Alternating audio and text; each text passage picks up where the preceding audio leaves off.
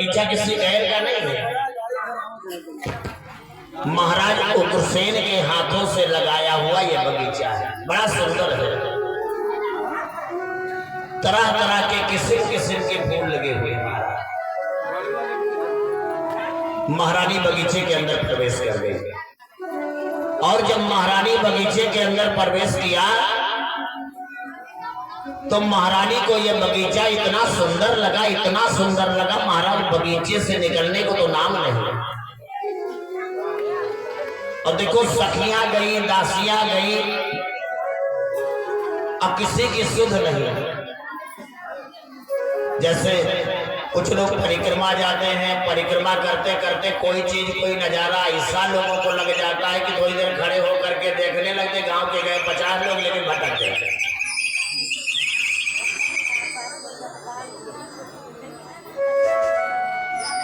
तो पवन रेखा गई थी तमाम लोगों को साथ लेकर के, लेकिन उस बगीचे में ऐसा भटकी कि सखियां उधर, दासियां उधर, महारानी इधर। लेकिन उसी बगीचे में एक घटना घट गई। महारानी जब बढ़िया सुंदर सुंदर गायन करती हुई ऐठलाती, मटकती, मुस्कुराती और उसी बगीचे में घूम रही थी, दर्शन कर रही थी, तभी एक घटना घट गई। क्या हुआ?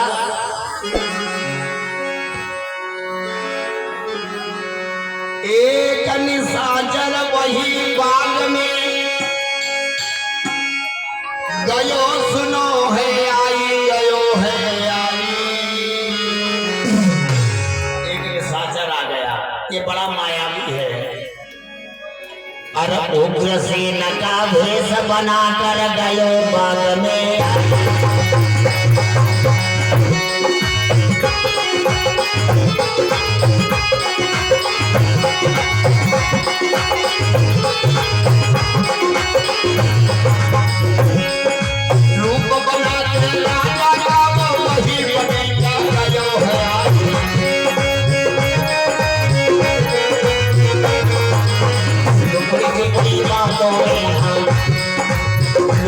बड़ी बातों में हालानी को है राज जाए।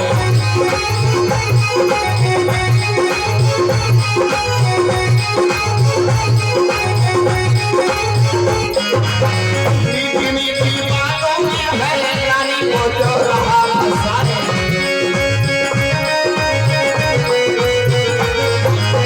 कोई ऐसी बात नहीं देखो मन से भाई समझ पाए।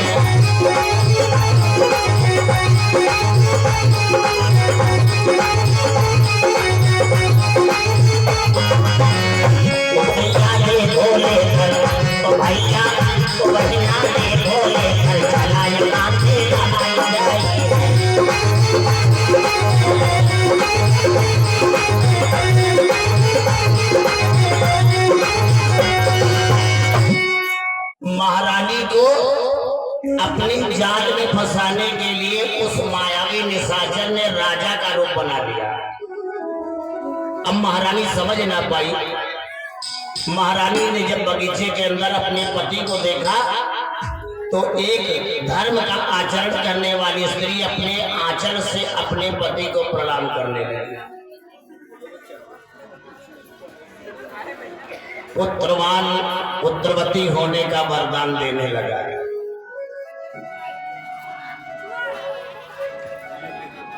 महारानी ने कहा महाराज मैं आगे आगे आई और आप पीछे से आ गए, क्या बात है? महाराज ने कहा मन में सोचा कि मेरी महारानी कहीं बगीचे में डर न जाए, तो मैंने तुम्हारी रक्षा करने के लिए और कदम बढ़ा दिया, बगीचे में आ गया। लेकिन महारानी चिंता मत करो, अब मैं आ गया हूं, चलो मेरे साथ और हम अपने साथ दोनों मिलकर के बगीचे का दर्शन करते हैं। झट उस नालायक ने महारानी के कंधे पर हाथ रख दिया। अब जो जो बातें वो निशाचर महारानी से कर रहा है, ऐसे बातें विवाह के बाद महाराज ने कभी महारानी से किया नहीं। महारानी मन में सोच रही है कि आखिर आज मेरे महाराज को हो क्या गया है, लेकिन भाप जान न पाई। वो लुपड़ी चुपड़ी बातों में फंसाता गया और महारानी लुपड़ी चुपड़ी बातों में फंसती गई। अंत में हुआ क्या, धीरे धीरे लेकर के वो एकांत में पहुंच गया। सुहावना मौसम है, पूर्वा हवा का मंद मंद झोंका चल रहा है, सुंदर सुंदर फूलों की खुशबू आ रही है, डालियां एक दूसरे वृक्ष से लहरा रही है, ऋतु जैसे बसंत हो, पक्षी कलरव कर रहे हैं बगीचे में महाराज। इतना सुंदर मौसम है, इतना सुंदर मौसम है कि जैसे इस मौसम को स्वयं देवताओं ने निर्माण किया हो। एक बात बताऊं, हमारे जीवन में ज्यादा आनंद का होना भी खतरनाक कभी कभी हो जाता है। एक छोटा सा बच्चा अगर ज्यादा हंसता है तो मम्मी क्या कहती है, हंसे रहो पे रोवैया हो, कहते कि नहीं कहते?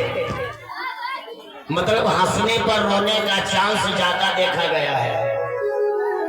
जीवन में आनंद ज्यादा आया तो समझ लेना दुख का आना संभव है, और जीवन में दुख आया तो समझ लेना एक दिन सुख आना संभव है, क्योंकि एक दूसरे के पूरक हैं। महारानी आनंदित होकर के अपने पति के साथ बगीचे में घूम रही है और ये नालायक दांव लगा रहा है। ऐसी जगह पर महारानी को लेकर के पहुंचा जहां एक नर पुष्प एक मादा पुष्प की डाली आपस में लहरा रही है। खड़ा हो गया, इशारा किया, देखिए इन फूलों की डालियों को देखो, पति पत्नी मिलकर के इतना प्रेम करते हैं जैसे मानो ये हमारे प्रेम को शर्मिंदा करने के लिए, लेकिन आज हमें इस पति पत्नी के जोड़े से इन फूलों के जोड़ों को शर्मिंदा करना है। हमें बताना है कि सिर्फ फूलों का प्यार ही नहीं बल्कि पति पत्नी का प्यार भी अमर है। बोला महारानी से,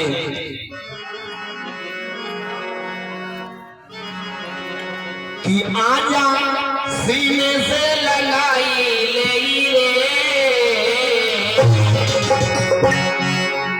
आ प्यार कर, आ प्यार कर, आ प्यार कर, आ प्यार कर, आजा सीने से लगाई आ प्यार कर, आ प्यार कर।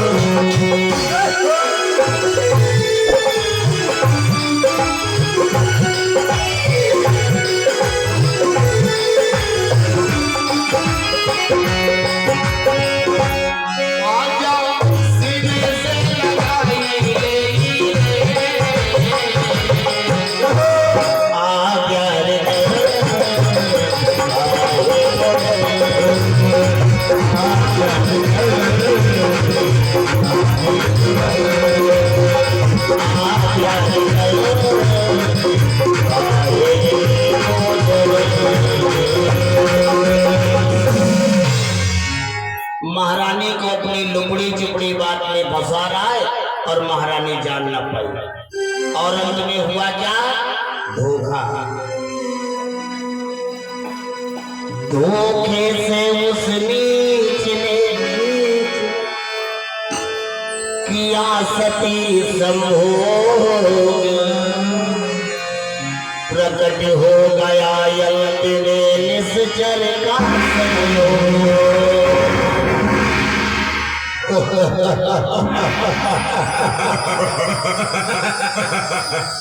महारानी ने कहा तो हाँ महारानी मैं कम वक्त बेहया बेशरम नालायक बदतमीज बेहया, तेरी ये मजाक?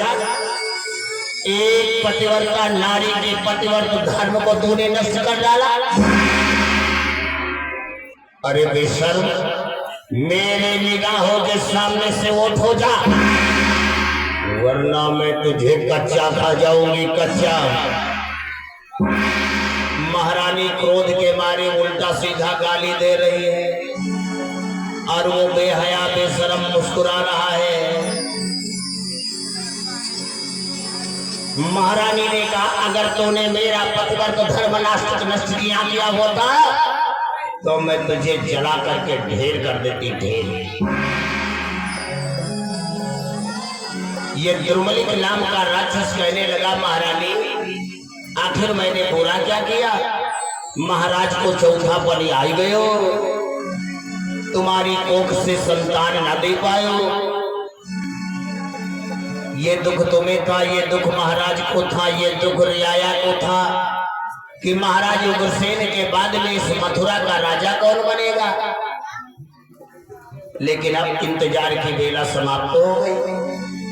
ध्यान रखो, मेरे आशीर्वाद से, मेरे अंश के द्वारा जो तुम्हारी गर्भ से संतान पैदा होगी, ये 3 लोक का विजेता धुरंधर पैदा होगा। महारानी ने कहा मेरे निगाहों के सामने से उठ हो जा, मैं तेरा शकल भी देखना नहीं चाहती हूँ, जाता हूँ। इतना कह करके द्रुमलिक नाम का निशाचर अंतर ध्यान हो गए। और जब निशाचर अंतर ध्यान हुआ तो देखो महारानी को अपना ध्यान हुआ। क्यों? क्योंकि महारानी बगीचे में आई थी तो 16 श्रृंगार करके आई थी, सज धज के आई थी और एक पतिव्रता नारी बन के आई थी। और अब पतिव्रता धर्म नष्ट हो चुका है महारानी, पतिव्रता धर्म नष्ट हो चुका है। महारानी के श्रृंगार तितर बितर गए हैं, घबराया हुआ चेहरा, उदास मन, भयभीत शरीर कांप रहा है डर के मारे, संकोच भय मन के अंदर है। क्या सखियों के साथ आई है तो सखियां आएगी और हमारी ये शकल देखेंगी, हमारा ये श्रृंगार देखेंगी, कहीं पूछ ना बैठे कि महारानी ये तुमको क्या हो गया। अगर मैंने सच सच बता दिया कि एक निशाचर के द्वारा मैं अपवित्र हो चुकी हूँ तो जाएगी सखियां और मेरे महाराज से बताएंगी, शिकायत करेंगी और मैं महाराज के नजरों से गिर जाऊंगी। और दुनिया में ऊंचे पेड़ से गिरा, छत से गिरा संभल सकता है, लेकिन किसी के नजरों से गिरा व्यक्ति कभी संभल नहीं सकता है। महारानी ने सोचा हे भगवान, मैं ऐसा क्या करूं कि जिससे लाठी भी ना टूटे, सांप भी मर जाए। विचार कर रही है महारानी, सोच रही थी कि पहली सखी आ गई और जब पहली सखी आई जो बात सोच रही थी भैया वही बात पूछ बैठी। पहली सखी बोली बहन, अरे बहनारी